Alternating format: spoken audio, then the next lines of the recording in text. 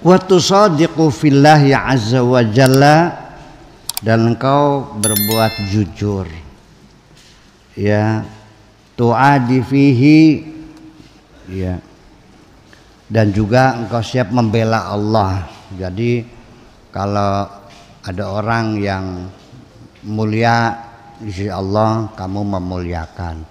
Kalau orang yang melawan Allah, ya kamu juga membuat sikap yang tegas, gitu aja maksudnya mah. Li'anna as-sadaqa fi ghairillah azza wa jalla, karena persahabatan kita yang kita bangun bersama kita, kalau bukan karena dipertemukan pada titik kesamaan kita cinta kepada Allah, maka adawatun, akan selalu menimbulkan permusuhan. Kalau kita persahabatannya murni betul-betul demi keagamaan, kemanusiaan, kan gitu, itu yang awet. Tapi kalau persahabatan kita untuk kepentingan dunia, akan mudah berpisah. Silahkan, Anda bisa saja ideologinya berbeda, bisa bersama dengan berkoalisi, betul nggak? Setelah tercapai tujuan bubar nggak? Bubar. Tapi kalau persahabatan kita atas kemanusiaan, saya kira nggak ada urusan. Ya kan gitu. Nah itu. Ya mungkin kita masuk kelompok perhimpunan atau persatuan organisasi yang sifatnya profesi. Ya kan gitu.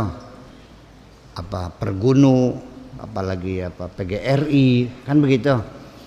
Atau juga buruh apa gitu, iya terjadi bersama. Tapi ketika sudah pensiun kan selesai, tidak untuk selamanya kan. Nah, tetapi kalau yang mengikat adalah karena ketuhanan, maka itu abadi selamanya. Gitulah kira-kira. Berikan kemanusiaan, bukan kepentingan ya, kita saling menghormati, menghargai dan sebagainya. As-sabatu fi ghairihi zawalun. Jadi kita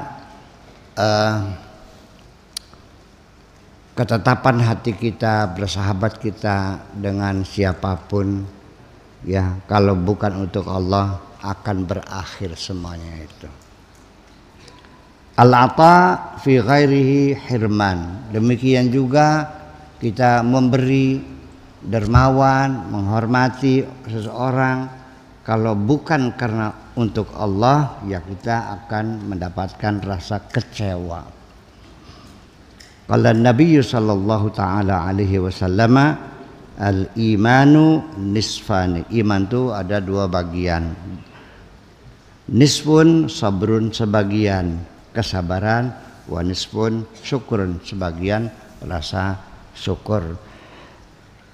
Ingin saya uraikan di sini bahwa memberi sesuatu, menolong seseorang, kalau niatnya bukan untuk Allah, selalu di penghujungnya kita kecewa.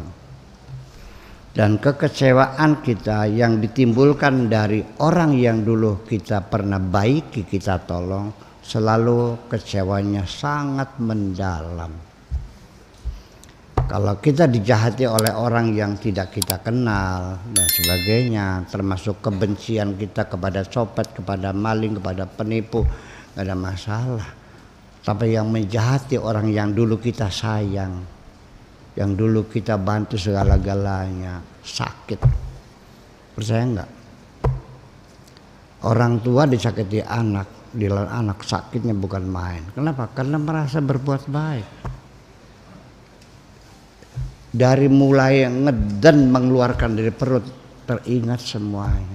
Nyebokinya bertahun-tahun, nyusuinya bertahun-tahun, bedongnya bertahun-tahun. Betul enggak? Tergambar, kok tiba-tiba aku mau ikut saja, mau dititipkan rumah orang jompo. Ya Allah, ya Rabbi. Saking kecewanya mati. Iya. Nah itulah yang jadi masalah. Jadi jangan-jangan kita ini, kekecewaan kita yang kita alami sehari-hari di dunia ini, jangan-jangan munculnya dari kebaikan-kebaikan kita juga. Kiai ngurusin santri, karena dilawan santrinya sakit lagi. Betul enggak? Kita menolong orang, ternyata pada saatnya kita butuh sama sekali dia tidak menolong, kecewa lagi. Jadi kalau begitu jangan-jangan penderitaan kita datangnya dari kebaikan-kebaikan kita. Kalau yang lawan anaknya orang lain kecewa enggak? Paling sekedar marah ya, tidak kecewa kan? Anaknya tangga ngelawan, ya kita marah tapi enggak kecewa kan? Kalau anaknya sendiri. Suatu ketika anak perempuannya datang bawa pacarnya, "Mama, ini calon gue." Ternyata rambutnya dikepang kayak kuda, dicat merah, telinganya pakai anting lagi, celananya disobek-sobek, nggak pernah mandi, bajunya ditempelin tutup botol, kerancang kerincing. Sidang gawe jaran sing dikin ke, gawe kuda larat gitu. Sampai ibunya mengancam, kalau itu pilihanmu silahkan, sampai pilih satu antara dua, pilih ibumu atau pilih jaran kepang. Kata anaknya, "Mama, aku pilih kekasihku." Langsung pingsan anak. Ya Allah, anakku.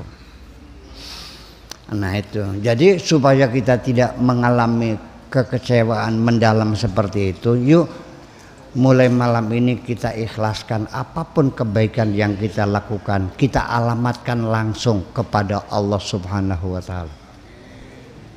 Bisa enggak? Ya bakal bisa goblok karena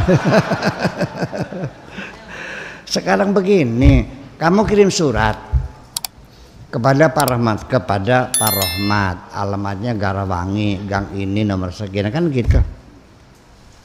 Kirim Pak Rahmat kepada yang terhormat saudaraku Abdul Latif, alamatnya Tambi, nyampainya kemana? Jadi ternyata amal kita yang tidak nyampe pada Allah itu karena salah alamat. Jadi tolong dicek dulu alamatnya benar atau tidak. Kita kirim surat, dicek alamatnya. Kenapa ketika engkau beramal tidak kamu cek alamatnya? Cok ditulis. Mesti dicek kembali alamat ini. Kalau tidak nggak nyampe. Jadi ternyata banyak sekali kiriman-kiriman kita nggak nyampe kok. Dibuka kitabnya kosong. Kenapa? Suratnya nyasar kemana-mana. Masuk akal enggak? Iya makanya. Idza lam tasbir ala niqami wa lam tashkur ala ni'ami, apabila engkau tidak bersabar menghadapi ujian Allah dan apabila engkau tidak bersyukur atas segala nikmat Allah, falasta bimu'minin, berarti kamu bukan orang yang beriman.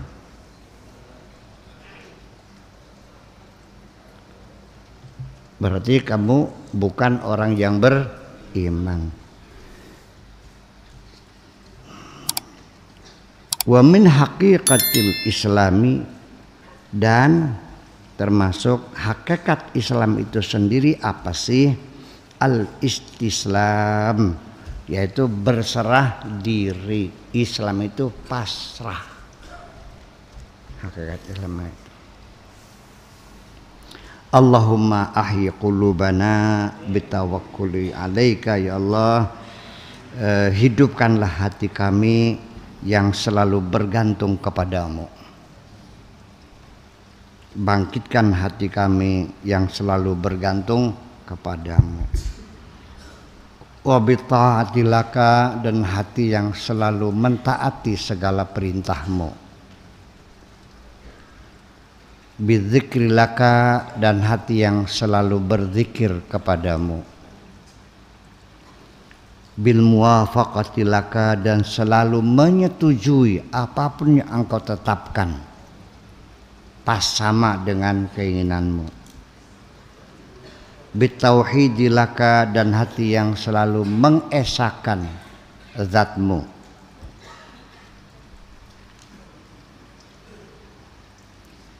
Titik. Laula rijalun, ini titik komanya cobalah udah nggak usah diperhatikan lah. Laula rijalun fi qulubihim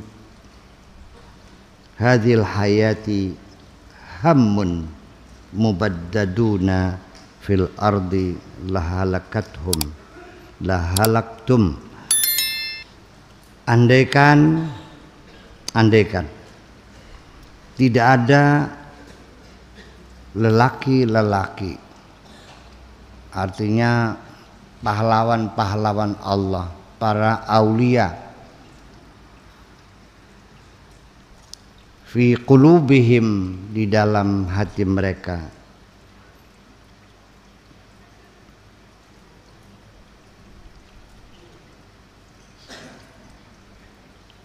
hadhil hayatud dunya hammun mubaddadun, pasti kehidupan di dunia ini adalah penderitaan yang tercerai-berai. Fil ardi, di bumi, lahalaktum, dan akan membinasakan kamu akan menjadi binasa. Li'annal haqqa azza wa jalla yusarrifu azabahu, karena Allah selalu menunda, mengalihkan segala siksanya. Karena Allah selalu menunda segala siksanya terhadap ahli dunia, terhadap penduduk bumi ini, an ahlil ardi bidu'aihim, adalah karena doa mereka. Sementara kamu yang banyak melakukan kemaksiatan, kenapa sampai sekarang ditunda hukumannya? Enggak langsung dipentungin kamu itu. Kenapa ditunda? Karena doa mereka, orang-orang yang baik itu. Dan engkau juga tidak pernah berterima kasih kepada mereka. Malah justru mereka yang mendoakan kamu, itulah orang-orang yang selalu kau hina-hinakan. Realita begitu. Yang sebut dibilang kafir, jindik, murtad, musyrik, justru doa-doa mereka itu yang dikabul oleh Allah.